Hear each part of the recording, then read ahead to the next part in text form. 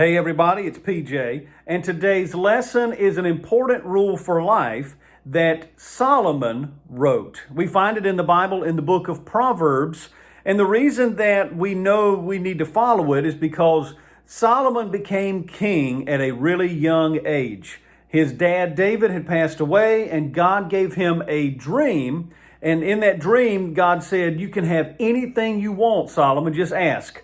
And Solomon didn't ask for long life. He didn't ask for money. He didn't ask for power. He didn't even ask for an Xbox 360 or whatever it is, Xbox S213. Anyway, he asked for wisdom. So he became the wisest person who ever lived. And again, this book of Proverbs has a lot of smart things to say. So in that, we find our story for today. And we also find our co-host. This is my buddy, Anthony, or Antony. I first met Anthony when he was carrying a giant piece of apple the size of a car. Anthony, you're going to help me today teach these kids about one of Solomon's Proverbs. Is this the one about the ant? Spoiler alert. No, it's okay. This proverb explains why it's important for us to work hard. Listen to this. Proverbs 6:6-8 says, "You people who don't want to work, think about the ant. Consider its ways and be wise. It has no commander, it has no leader or ruler, but it stores up its food in the summer. It gathers its food at harvest time." Well, that was very nice of him to say. I mean, it makes sense, right? Ants do work hard. Have you ever seen an ant hill before? I'm sure all of you have. Maybe even some fire ant hills in your yard. There's a great ant hill on Main Street. My aunt Antoinette lives there. If you watch an ant hill, you'll see that the ants are always hard at work. They're always coming and going from home. All summer long, they go out and collect food and bring it back to their hill to store for winter. And nobody tells them to do it. They just collect it on their own. They don't have a boss or a teacher or a coach giving them a set of rules. They work hard because it's how they're made. If ants were lazy, then the ants wouldn't survive. Hi, everybody. I'm here. What are you? I'm the slug. I don't remember a slug in that proverb. Oh, wait a minute. There are some versions of that passage that talk about a sluggard, like, "Go to the ant, you sluggard. Consider its ways and be wise." I know. A sluggard is somebody that doesn't work hard, like a lazy person. Solomon was comparing the ant who works hard to a lazy person, and he wasn't actually talking about a slug. Well, I'm here now. Okay, well, anyway, as I was saying, Solomon was comparing people who work hard to people that are lazy. He said that we can learn a lot from people, or ants, who work hard. That sounds horrible. I'd rather be in the shade under a rock. Well, while you're both here, how about let me give you some scenarios and see how you would respond.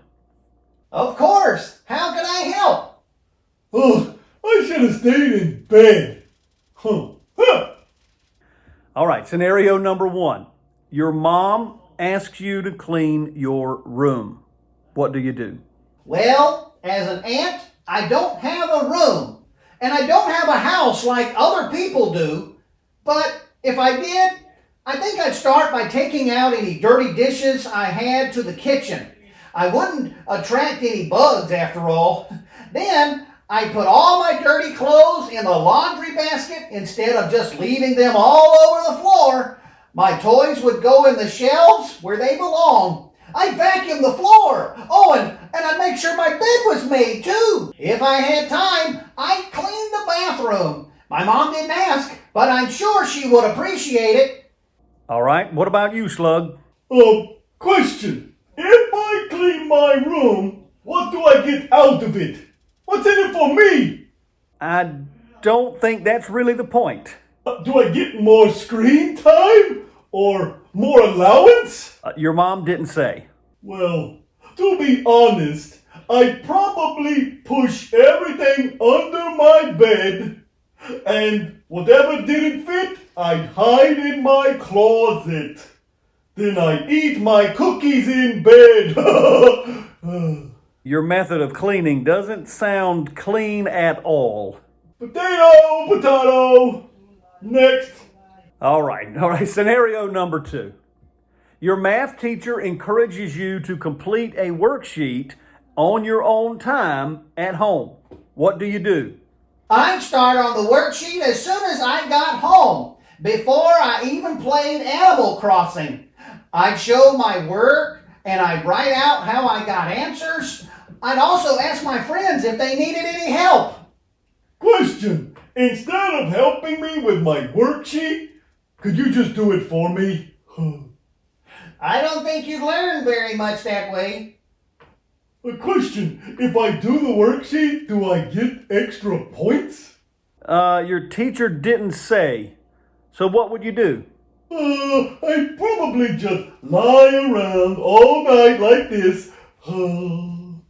Then next morning, I'd give my best guesses for the answers on the worksheet. Maybe. Okay, last scenario. Your teacher at church asks you to help move chairs for an event later in the day. Oh, fun! I'm really good at moving things. I would move the chairs, and then I'd ask if there was something else I could do to help prepare for the event. Question. Are the chairs actually feather pillows? No, they are normal chairs. Yeah, that's a hard pass for me. Thanks anyway. Moving is not my forte. Consider the ant and the slug. Who's the harder worker? Of course, it's the ant. That's right. Just like Solomon wrote in his proverb, Anthony doesn't need a reward for working hard. The ant does the hard work just because. And the slug, on the other hand, does not. Well, everyone, let's give a hand to the ant and the slug. Thank you for helping us illustrate our Bible verses today. Thank you! Time for a nap. Just like the ant, we can choose to work hard and do our best. That's a great way to be responsible, which is our theme for the month. We should work hard to keep our rooms clean and to help around the house. We can work hard at listening to our teachers, doing our best on our assignments, obeying the rules in the classroom. We can work hard at being a good friend, helping others, showing God's love every day. God has given us everything we need to be responsible, and we can do that by working hard. That's why we need to remember today that it's a great rule for life. And it's 2 words. Work hard. It's just that simple. Be like an ant and not a slug. Work hard.